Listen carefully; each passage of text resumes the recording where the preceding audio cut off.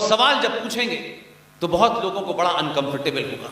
और आपने पिछले 6-7 साल में इतने सवाल पूछे हैं कि लोग परेशान हो गए, कह रहे हैं ये देश इंटॉलरेंट हो गया है। अगर सवाल पूछना इंटॉलरेंट है तो भगवान से मैं दुआ करता हूं कि 100 करोड़ सनातनी हिंदू 100% इंटॉलरेंट हो जाए। अगर इंटॉलरेंट होना इस राष्ट्र को बचा सकता है तो गली गली में इंटॉलरेंस हो जाए, कोई दिक्कत नहीं। भगवान राम भी, जो मर्यादा पुरुषोत्तम राम जिनको हम आदर्श मानते हैं, अगर वो भी राक्षसों के प्रति इंटॉलरेंट न होते तो सीता मां को मिला पाते। अगर बॉर्डर पे खड़ा सैनिक टॉलरेंट हो जाएगा तो गोली नहीं चलाएगा पाकिस्तानी फौजी के ऊपर। ये पुलिस डकैत चोर लुटेरे बलात्कारियों के प्रति टॉलरेंट हो जाएगी तो हाहाकार मच जाएगा। इंटॉलरेंट होना जरूरी है अधर्मियों के खिलाफ, राष्ट्र विरोधियों के खिलाफ।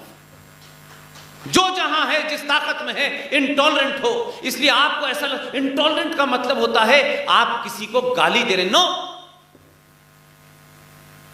जो मेरी असीमता को, मेरी संस्कृति को खुलेआम चौराहे चौराहे गाली देगा, सड़कों पे घसीटेगा, खुलेआम निकिता तोमर की हत्या करेगा, हजारों लाखों कश्मीरी पंडितों को उनकी पूजा पद्धति उपासना के कारण बलात्कार रेप करके 2500 कश्मीरी पंडितों को मार दिया जाए और 5 लाख को भागने पे मजबूर कर दिया जाए, उनके खिलाफ कोई टॉलरेंट मुझे बर्दाश्त नहीं है। उनके खिलाफ खुल के इंटॉलरेंट हुई, गली गली हुई है, मोहल्ले मोहल्ले हुई है। मत शर्माइए, ये जीवन एक बार मिला है, ये ध्यान रखिएगा, एक ही बार मिला है।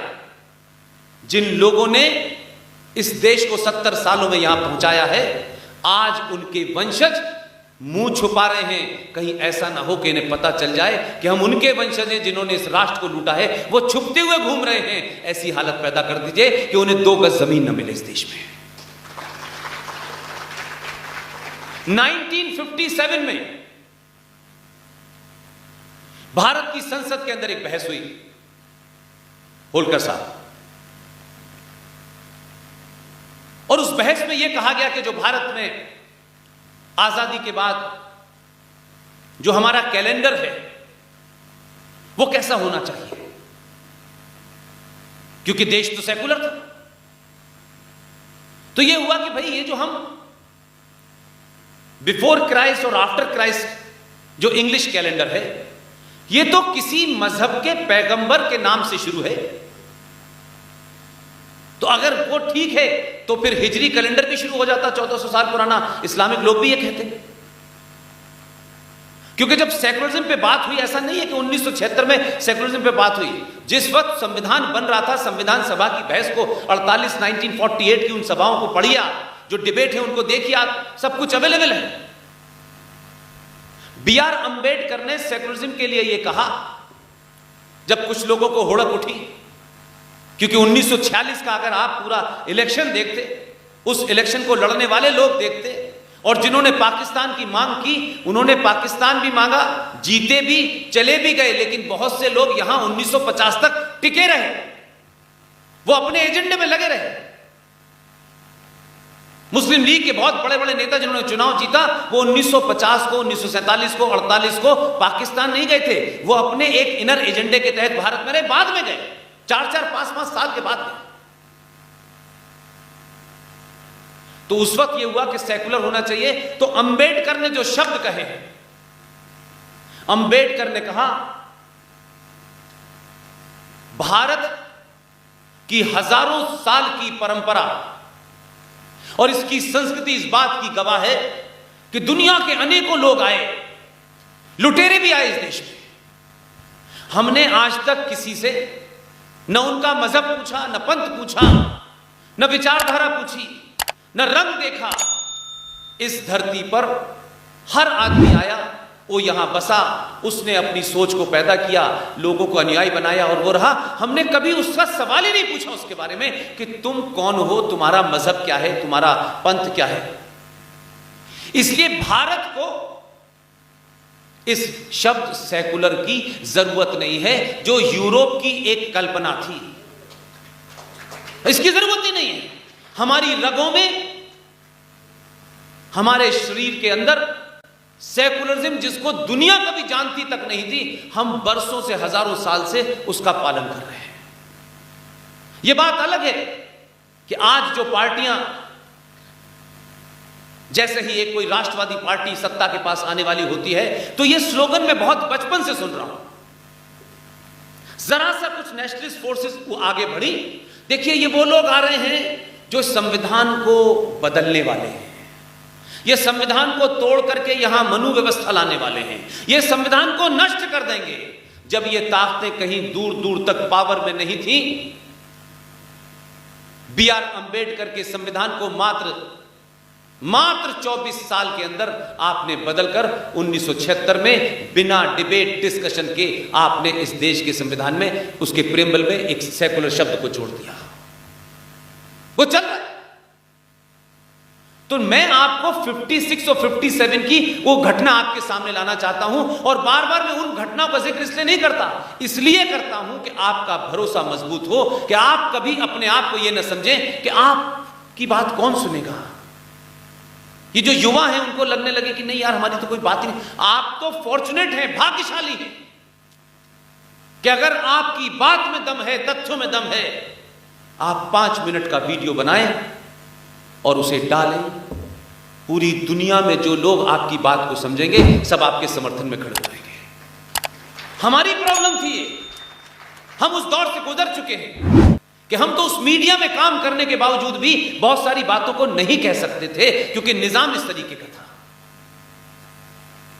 56 में इस बात पे बहस हुई कि भारत का झंडा ऐसा है, भारत का पक्षी है, भारत का जानवर है, फूल है, ये सब कुछ है, लेकिन भारत का कैलेंडर कैसा होगा। लंबी बहस के बाद यह तय पाया गया, सर्वसम्मति से पास हुआ कि भारत का कैलेंडर जो होगा वो सत संवत से होगा, या नहीं जो हमारी हजारों साल पुरानी जो गणना का तरीका था उससे होगा। यह पास हो गया 57 में।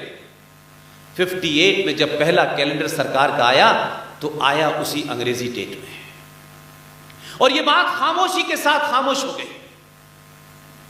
किसी ने भी इस तरफ ध्यान नहीं दिया, क्योंकि हम तमाम सारे लोग अपनी जिंदगी को इकट्ठा करने में लगे थे। एक लंबे समय के बाद देश आजाद हुआ था, नौकरी, घर, मकान, पानी, रोटी रोजी में लगे। मैं खास तौर से युवाओं से कह रहा हूं, आपसे कह रहा हूं, आपसे कह रहा हूं, एक्सपेरिमेंट करिए। औरंगाबाद के अंदर 80-80 साल के 2 लोग, मैं उन्हें नहीं जानता था। A4 साइज पर हाथ से उस कैलेंडर जिसके बारे में भारत की संसद में चर्चा हुई थी, उस कैलेंडर को बनाते थे और 5 पैसे या 3 पैसे में कभी बेचा करते थे, और शायद अब उनके पास उतना भी पैसा नहीं था। मैं उनकी पूरी बात सुनता रहा, उन्होंने मुझे कुछ कट करके बताया। मुझे जो उसमें मतलब की बात लगी वो ये थी कि 1956 और 57 की घटनाएं वो मेरी मेमोरी में चली गई, उसके बाद मैं उनसे नहीं मिला। दिल्ली आया, भारत की पार्लियामेंट में जो तरीका होता है कुछ डिटेल मांगने का, वो सारा मैंने दिया, और मैंने कहा मुझे इस बहस की तमाम कॉपी चाहिए। कुछ पैसे वैसे बहुत मामूली से खर्च हुए, वो कॉपी मुझे मिल गई। उस कॉपी पढ़ने के बाद मुझे लगा कि दुनिया की कोई ताकत, कोई संविधान के ज्ञाता, पार्लियामेंट के ज्ञाता, ये पार्टी वो पार्टी, इनका मुंह बंद करा जा सकता है। कुछ दोस्तों से मदद ली, उन लोगों ने कोई संस्था बना रखी है औरंगाबाद में, दिन दर्शिका ऐसे करके। मैंने अपने कुछ विदेशी लोगों से कहा कि मैंने कहा एक बार मैं ये एक्सपेरिमेंट करना चाहता हूं, क्या ये सच में हो पाएगा, नहीं हो पाएगा, क्योंकि हमारे पास पैसा वैसा तो है नहीं भाई। उन लोगों ने मदद की और पहला कैलेंडर पिछले साल छापा। अनफॉर्चुनेटली इस कोविड की वजह से जहां तक जाना चाहिए था नहीं गया, और इस साल का कैलेंडर जब मैं कल यहाँ आने की तैयारी कर रहा था, उससे थोड़ी देर पहले ही मेरे घर पे पूरा एक लंबा चौड़ा पार्सल आया।